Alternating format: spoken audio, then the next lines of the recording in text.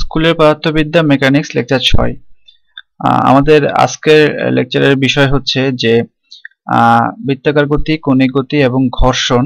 এই চ্যাপ্টারটাতে আমরা কি কি পড়বো, এই বিষয়গুলোর পড়াশোনা আসলে কেমনটা হতে পারে তার একটা সংক্ষিপ্ত আলোচনা। স্কুল পর্যায়ে আসলে আমাদের দেশে বৃত্তাকার গতি এবং কৌণিক গতি সম্পর্কে পড়ানো হয় না। তবে আমার কাছে যে টেক্সটগুলো আছে সেখানে আমি দেখেছি যে অনেক দেশে স্কুল পর্যায়ে বৃত্তাকার গতি এবং কৌণিক গতি সম্পর্কে পড়ানো হয়। তো সেই জন্যই স্কুল পর্যায়ের কোর্স হলেও এখানে আমি বৃত্তাকার গতি এবং কৌণিক গতি অন্তর্ভুক্ত রেখেছি। আর এই লেকচারে আসলে আমি বৃত্তাকার গতি এবং কৌণিক গতি আসলে ঠিক পড়াবো না, শুধু একটু আইডিয়া দেব কেমনটা হতে পারে এর পড়াশোনা। আর এই স্কুলের পর্যায়ের শিক্ষার্থীরা, একদম শুরুর দিকে শিক্ষার্থী যারা, তারা হঠাৎ করে এই বৃত্তাকার গতি এবং কৌণিক গতির বিষয়গুলো বুঝে উঠবে না। কারণ এই চ্যাপ্টারটা পড়ার আগে আমাদের ভেক্টর এবং সরলরৈখিক গতির অধ্যায়গুলো ভালোভাবে শেষ করে আসতে হবে। এখানে অনেকগুলো কনসেপ্ট আমাদের আগে থেকে জানা থাকা লাগবে। ভেক্টরের হিসাব নিকাশগুলো ভালো করে জানা থাকা লাগবে। সরলরৈখিক গতির অধ্যায়ে আমরা যা হিসাব, যে বেগ ত্বরণ হিসাব করেছিলাম এবং বেগের দিক, এই ব্যাপারগুলো নিয়ে কথা বলেছিলাম, সেগুলো ভালো মতো বোঝা থাকতে হবে। তো হঠাৎ করে শুরু করলে হয়তো এই যারা শুরুর দিকে শিক্ষার্থী তারা এটা নাও বুঝতে পারে। তো আমি আশ্বস্ত করছি যে অপেক্ষা করতে হবে, ধৈর্য ধরতে হবে, আমরা সবই আস্তে আস্তে বুঝবো। তবে আমি একটা কথা বলেছি যে বেগ, তো ব্যাগের কথা বললে সবসময় যে কথাটা বলে আসি সেটা হচ্ছে ব্যাগের সাথে ব্যাগের মান এবং দিক দুটোই জড়িত। তাই এখানে আমি একটা কথা আসবে যে ব্যাগের পরিবর্তন। তো ব্যাগের পরিবর্তন মানে কিন্তু শুধু এর মানের পরিবর্তন না, মান মানে হচ্ছে স্পিড যেটাকে বলি। ব্যাগের মানের পরিবর্তন না হয়ে শুধু দিকের পরিবর্তন হলো তখন ত্বরণ হবে। এই কথাটা বৃত্তাকার গতি পড়ার সময় খুবই প্রয়োজনীয় একটা কথা। তো এটা আমার প্রথমেই মনে করে আনতে হবে যে ব্যাগের সাথে আমার দিক জড়িত, এবং শুধুমাত্র আমার যদি দিকটাই পরিবর্তন হয়, ব্যাগের মানের পরিবর্তন না হয়, তাহলে ত্বরণ হবে। এই কথাটা আমার মাথায় রাখতে হবে। তো এখানে একটা বৃত্তাকার গতির উদাহরণ দেখেছি। উদাহরণটা কি, সেটা হচ্ছে যে আমি একটা সুতার আগায় একটা বল বেঁধেছি, তারপর আমি হাতে ধরে এটা ঘোরাচ্ছি। তো আমি একটা উদাহরণ আগে অ্যানিমেটেড উদাহরণ দেখাই বৃত্তাকার গতিটা আসলে কেমন হতে পারে। এটা হচ্ছে এরকম যে এইখানে এই জায়গাটায় এই জায়গাটায় আমি একটা বল বেঁধে এটা ঘোরাচ্ছি।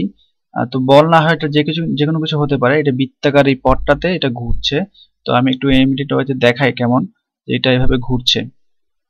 তো যেটা এখানে লক্ষণীয় যে বেগের দিকটা প্রতি মুহূর্তে পরিবর্তিত হচ্ছে।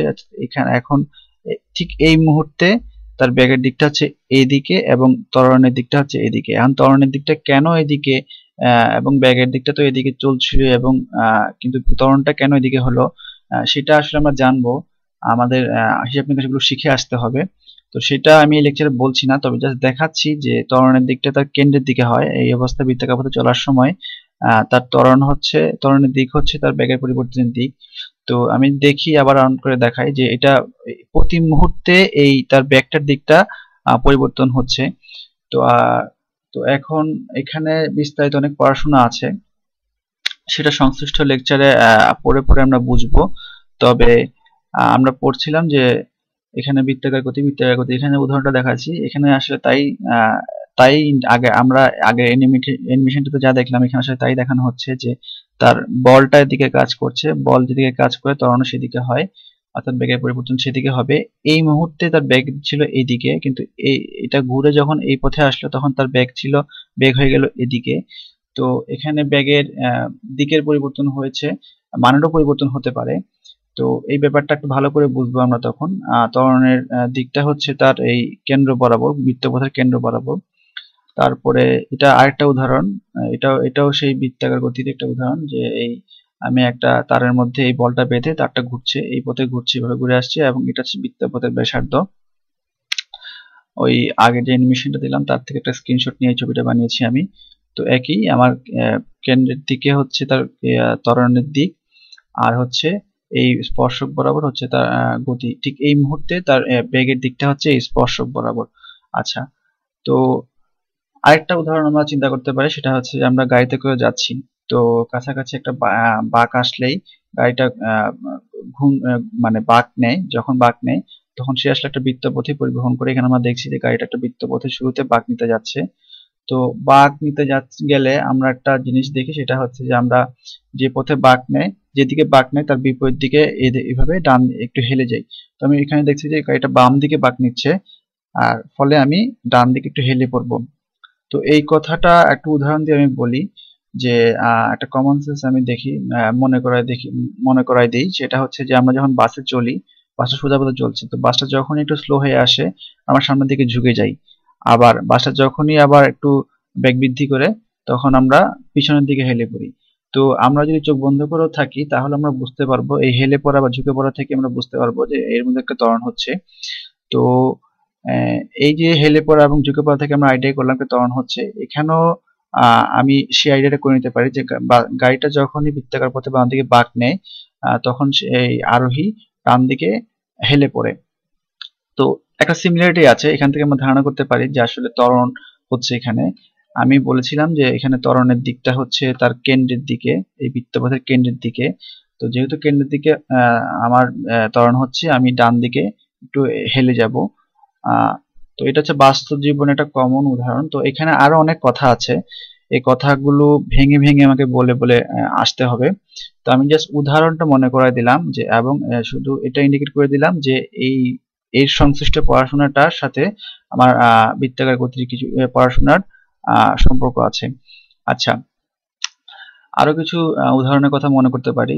যেমন বাঁকের মুখে ঘোরার সময় সাইকেলটা বৃত্তাকার পথের কেন্দ্রের দিকে হেলে পড়ে। আমরা সাইকেলে করে যখন চলি, সোজা পথে চলি, তখন আমরা সোজাভাবে সাইকেলে চালা যাই, কিন্তু যখনই একটা বাঁক আসে, এখন বাঁকটা যখন নিতে চাই, সাইকেলটা একটু কিন্তু বাঁকা হয়ে যায়। তো মানে কাত হয়ে পড়ে মানে বৃত্তপথের কেন্দ্রের দিকে।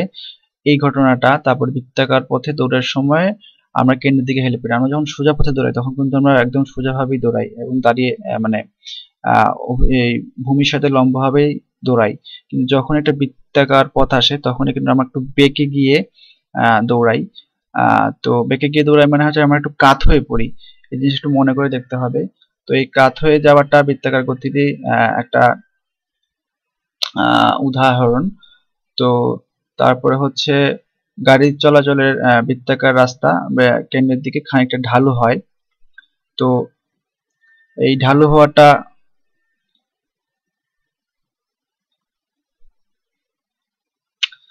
আবার গাড়ি চলাচলের বৃত্তাকার রাস্তা বৃত্তের কেন্দ্রের দিকে খানিকটা ঢালু করে বানানো হয়। তো এই ছবিটা আমি দেখাই যে এখানে আসলে এই বাঁদিকে গাড়িটা যখন বাঁক নিবে তখন রাস্তাটা আসলে এরকম একটু ঢালু থাকে। তো এটারও একটা কারণ আছে, সেই কারণটা আমরা জানবো। এই ছিল আসলে কিছু সংশ্লিষ্ট বিষয়, বৃত্তাকার গতির পড়াশোনার সাথে সংশ্লিষ্ট কিছু বিষয়। বৃত্তাকার গতির চ্যাপ্টারটা পড়লে আমরা এগুলো সম্পর্কে জানবো। তারপরে আসছে হচ্ছে ঘর্ষণ। তো ঘর্ষণ একটা উদাহরণ দেই যে আমি আমার হাতটা টেবিলের উপর রেখে টেবিলের সাথে ঘষে ঘষে হাতটাকে সামনে এগিয়ে নিতে থাকি। তো আমার হাতের গতির বিরুদ্ধে যে বলটা আমরা অনুভব করব সেটাই আসলে ঘর্ষণ। আমার হাতের তল এবং টেবিলের তল পরস্পর স্পর্শ করে এগোতে থাকলে এই স্পর্শ তলের বরাবর আমি একটা বল অনুভব করব আমার গতির বিরুদ্ধে, সেটাই আসলে ঘর্ষণ। তো আমাদের চারপাশে আসলে ঘর্ষণ আছে।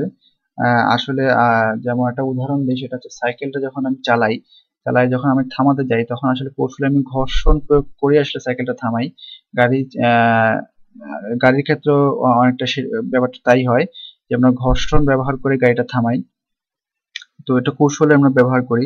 আমাদের চারপাশে ঘর্ষণ আছে। আমি আরেকটা উদাহরণ দিই, যেমন আমরা খুব মসৃণ বা বরফের উপর দিয়ে হাঁটছি, তো আমরা আসলে তখন হাঁটতে পারবো না, পিছলে যাব। কিন্তু খসখসে অমসৃণ রাস্তার উপর হাঁটলে এই সমস্যাটা হয় না। তো ঘর্ষণ, এটা থেকে আমরা বুঝতে পারি যে বরফের তলের উপর ঘর্ষণটা খুব কম থাকে, ফলে আমরা পিছলে যাই। কিন্তু রাস্তায় যখন আমরা হাঁটি খসখসে রাস্তায়, তখন এই ঘর্ষণ বল থাকার কারণে আমরা পিছলে যাই না। তো এটা থেকে বোঝা যায় আসলে ঘর্ষণ খুব প্রয়োজনীয় একটা উপদ্রব। আহ তো এখানে একটা আনুবীক্ষিক চিত্র দেখানো হয়েছে যে আসলে আমাদের সাধারণ অভিজ্ঞতা হলো যে দুটি বস্তু মসৃণ হলে ঘর্ষণ কম হয় আর অমসৃণ হলে ঘর্ষণ বেশি হয়। কোনো তলকে আপাত দৃষ্টিতে অমসৃণ বলে মনে হতে পারে, কিন্তু আতশ কাচ বা মনোবীক্ষণ যন্ত্রের সাহায্যে দেখলে দেখা যায় যে ওই তলও একেবারে মসৃণ নয়, খাঁজ কাটা কাটা। তো এখানে আমরা তাই দেখছি যে এই জায়গাটা অনুবীক্ষণিকভাবে আমরা দেখলে দেখবো যে এখানে খাঁজ কাটা কাটা কাটা আছে। তো দুটি বস্তু পরস্পরের সংস্পর্শে থাকলে তারা পরস্পরের খাঁজে আটকে গিয়ে আসলে এই ঘর্ষণ সৃষ্টি করে। আমরা এখান থেকে তাকাই যে এই খাঁজে খাঁজে আটকে গিয়ে আসলে ঘর্ষণ বলটা সৃষ্টি হয়।